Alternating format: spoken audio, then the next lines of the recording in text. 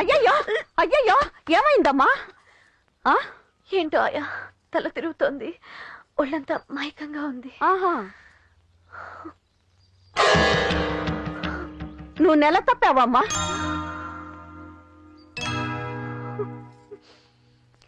ఏంటమ్మా? మెళ్ళో తాళ్లేదు, కట్టుకున్నవాడు లేడు. నేను గర్భవతిని తెలిస్తే అందరూ నవ్వుకుంటారు. ఏ అమ్మాయికి ఈ పరిస్థితి రాకూడదాయా? అయ్యయ్యో ఏడవకమ్మా. నాకు సాయం చేస్తావా ఆయా?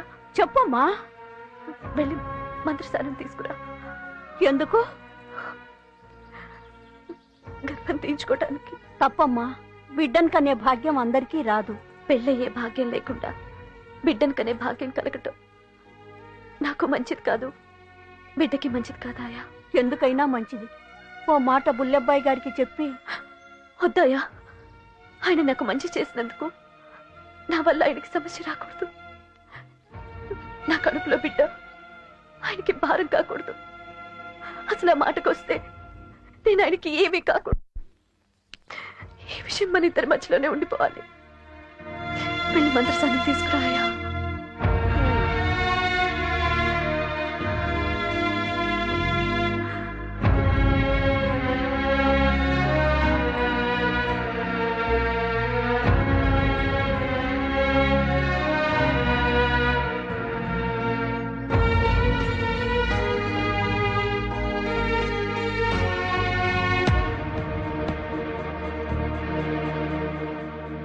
ఇంకోసారి ఆలోచించమ్మా.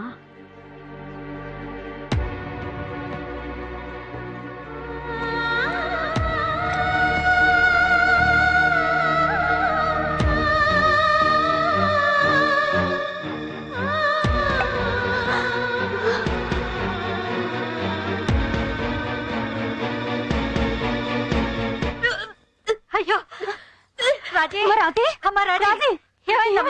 ఏమైందమ్మా నీకు? ఏమైంది వదినా? నా తల్లి, నా బంగారం, ఈ క్షణం కోసమే ఎదురు చూస్తున్నారు. తమ్ముడు, మా ఇంటికి వారసుడు వస్తున్నాడు. అల్లుడు అల్లుడు అల్లుడు, ఏమైంది మా? అమ్మాయి వాంతి చేసుకుంటోంది. అయ్యో అయ్యో ఏమిట్రా, నువ్వు మొగాడు అనిపించుకున్నావు. నేను మగాడు అవడానికి అది వాన్ చేసుకోవడానికి లింక్ ఏంటి? ఓరి పిచ్చి మొహమా, ఈ బుల్లెబ్బాయికి ఓ బుజ్జి బుల్లెబ్బాయి రాబోతున్నాడు. అవునా? ఆ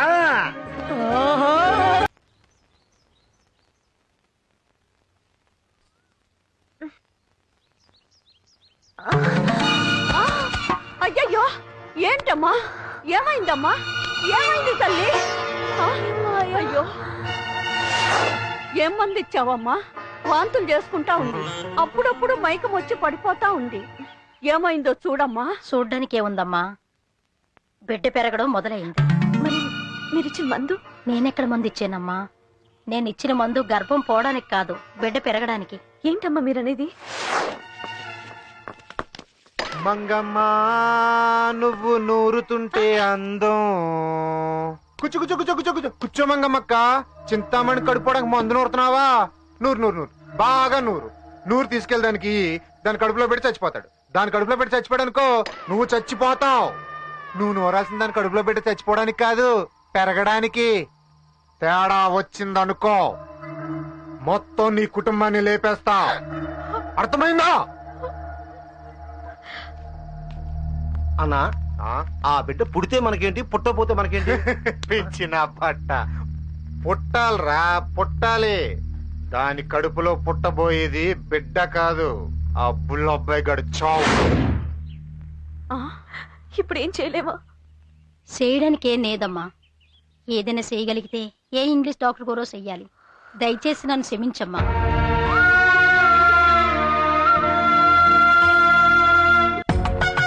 రండి రండి రండి.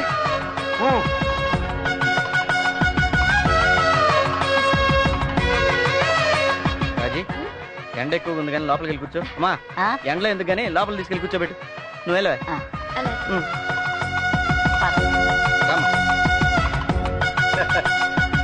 నువ్వు కూడా వాళ్ళతో వెళ్ళవే.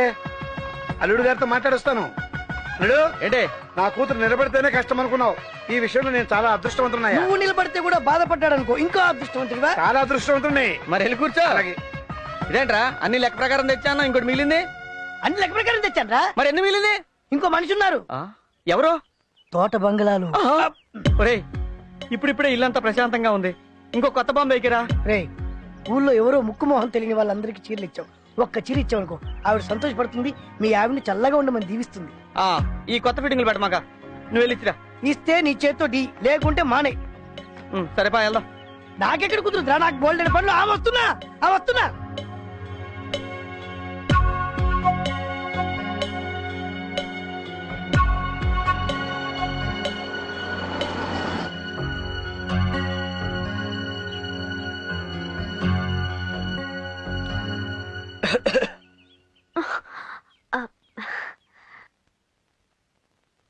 రాజేశ్వరి కడుపుతో ఉంది. అవునా, చాలా సంతోషం. ఊర్లో అందరికి చీరలు పంచాను, నీకు కూడా ఇచ్చేద్దామని వచ్చాను. తీసుకో.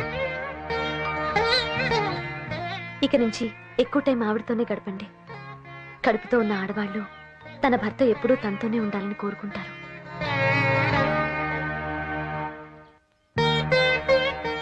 వస్తాను.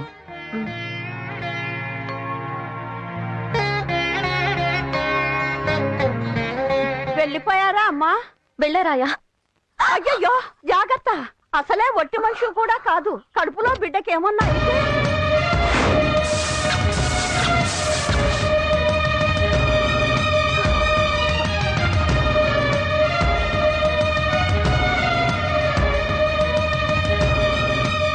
నేను విన్నది నిజమేనా?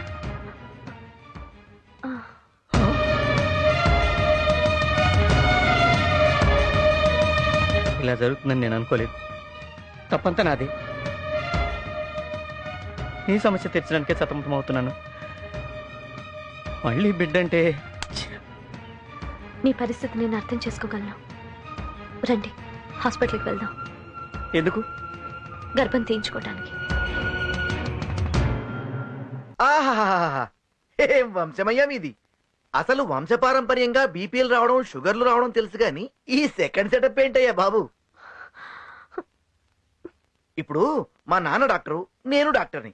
మా నాన్న పేరు నిలబెట్టాను. మీ నాన్నకు సెకండ్ సెటప్ ఉంది, నీకు సెకండ్ సెటప్ ఉంది. నువ్వు మీ నాన్న పేరు నిలబెట్టావయ్యో. ఇదిగో సరే కానీ ఇంతకీ నీ ప్రాబ్లం ఏంటి చెప్పు. తను కడుపుతో ఉంది. కంగ్రాట్స్. బలానికి టానిక్ ఇమ్మంటావా? ఇప్పుడే బెడ్ వద్దు అనుకుంటున్నాం. ఓహో, అబార్షనా? ఏమ్మా, ఇద్దరూ ఆలోచించుకునే వచ్చారుగా.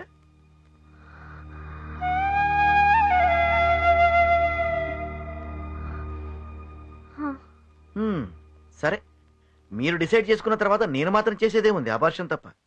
నువ్వు లోపలికి వెళ్ళమ్మా. సిస్టర్, డాక్టర్, ఈ అమ్మాయికి బీపీ చెక్ చేయి. వెళ్ళమ్మా.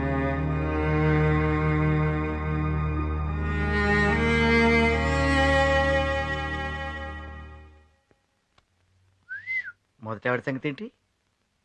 ఆవిడకి కూడా కడిపోయానండి. అబ్బో, అంటే ఇద్దరికి సమానంగా న్యాయం చేసావన్నమాట. తండ్రి పోలికి ఎక్కడ పోద్ది. కూర్చో కూర్చో.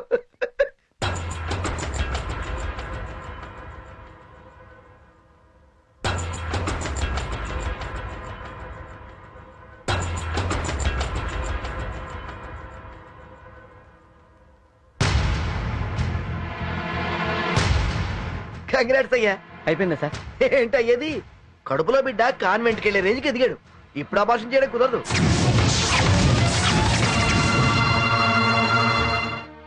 చూడు బుల్లబాయ్, బిడ్డను కనడానికి నీకున్న ప్రాబ్లం ఏమిటో నాకు తెలుసు. కానీ ఈ స్టేజ్లో బిడ్డను తీసేస్తే తన ప్రాణానికే ప్రమాదమని తెలిసి కూడా లోపల తనేముందో తెలుసా? జానుడి పొట్ట కోసం జనం ముందు సగం బట్టలతో డాన్స్ చేసే నన్ను ఆయన కాపాడాడు. నాకుండటానికి ఇల్లు ఇచ్చారు, బతకడానికి ఆధారం చూపించారు. నా వల్ల ఆయనకి ఎలాంటి కష్టమూ రాకూడదు. నా బిడ్డ ఆయనకి సమస్య కాకూడదు. నా కడుపులో బిడ్డ ప్రాణం పోయినా, చివరికి నా ప్రాణం పోయినా సరే ఆయన మాత్రం సంతోషంగా ఉండాలి.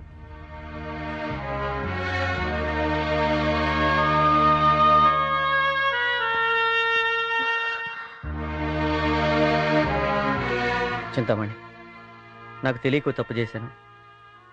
ఇప్పుడు తెలిసి ఇంకో తప్పు చేయను. ఏం జరిగినా నేను చూసుకుంటాను. నువ్వు బిడ్డను కంటున్నావు అంతే.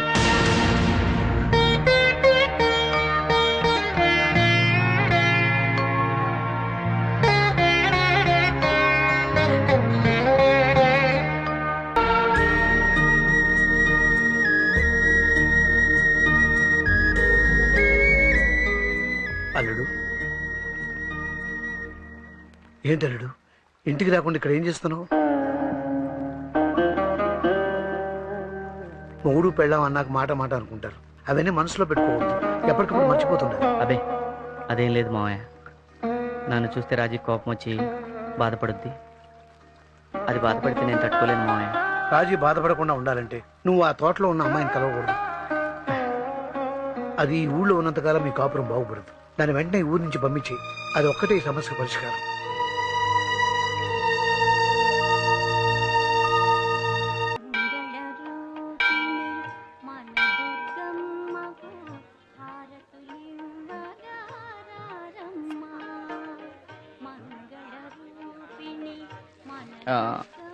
నువ్వు వెళ్ళిరా, నేను ఇక్కడే ఉంటాను. మీరు రారా? అంటే ఊళ్ళో పంతులు ఇంట్లో అందరూ తెలుసు. మన ఇద్దరిని చూస్తే ఇంట్లో గొడవ అవుద్ది. నువ్వు వెళ్ళిరా.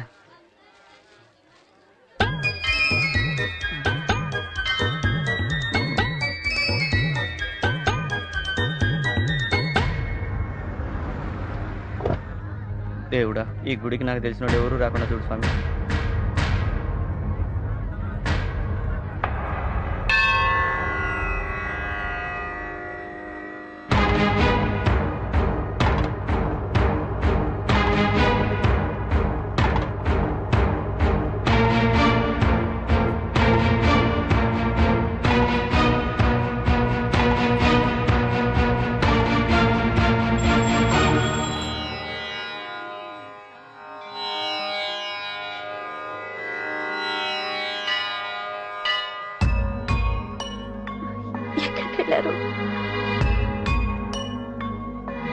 నీకు తెలుసా నాకు తెలుసా ఆడి గురించి? ఆడికి కానీ రిమోట్ తిరిగింది అనుకో, నిన్న అక్కడ వదిలేసి వచ్చేస్తాడు.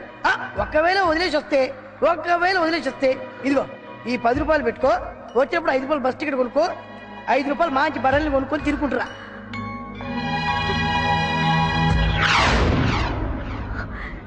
ఎక్కడికి వెళ్ళారండి? ఏం లేదు, నువ్వు గుడిలోకి వెళ్ళావా? నేను బయట నిలబడి ఉన్నాను. మా పాలేరు వాడి భార్యను గాజులు దొరకడానికి గుడి తీసుకొచ్చాడు. అదేంట్రా గుళ్ళో గాజులు దొరకడం అంటే, నా భార్య గర్భవతి, శ్రీమంతం చేసే స్తోమత లేదు అని చెప్పాడు. నువ్వు కూడా గర్భవతి కదా, నీ గాజులు తీసుకొద్దామని వెళ్ళాను. ఇవిగో బంగారు గాజులు. ఇదేంటి ఇందా గుళ్ళోకి వెళ్ళేటప్పుడు లేవుగా? అదే అండి. ఆగమ్మా ఆగు. అయ్యో, నిండు గర్భిణివి, చేతి గాజులు లేకుండా తిరగొచ్చా? మట్టి గాజులు చూలాలకి చలవమ్మాయి. ఆ గాజులు వెయ్యే మా అమ్మాయికి. అయ్యో, అవి మీరు తెచ్చుకున్న గాజులు. పర్వాలేదు, మీకు సగం నాకు సగం. ఆవిడెవరికైనా చాలా మంచి ఆవిడలా ఉందే. సరే పా. ఒరేయ్ తమ్ముడు, ఏమండి, పిల్లకి ఆవిడే. దిష్టి తీయించాలిరా. అలాగే. ఏమైందండి? ఆవిడే మా ఆవిడ. నువ్వు రా.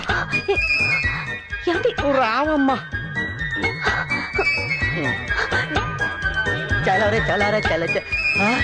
బుల్లబ్బాయి గారు పొగిడేద్దాం. కాబోయే అమెరికా ప్రెసిడెంట్ బుల్లబ్బాయి గారికి జై. కాబోయే అమెరికా ప్రెసిడెంట్ బుల్లబ్బాయి గారికి జై. కాబోయే అమెరికా ప్రెసిడెంట్ బుల్లబ్బాయి గారికి జై. కాబోయే అమెరికా ప్రెసిడెంట్ బుల్లబ్బాయి గారికి జై. కాబోయే అమెరికా ప్రెసిడెంట్ బుల్లబ్బాయి గారికి హీరో హీరో.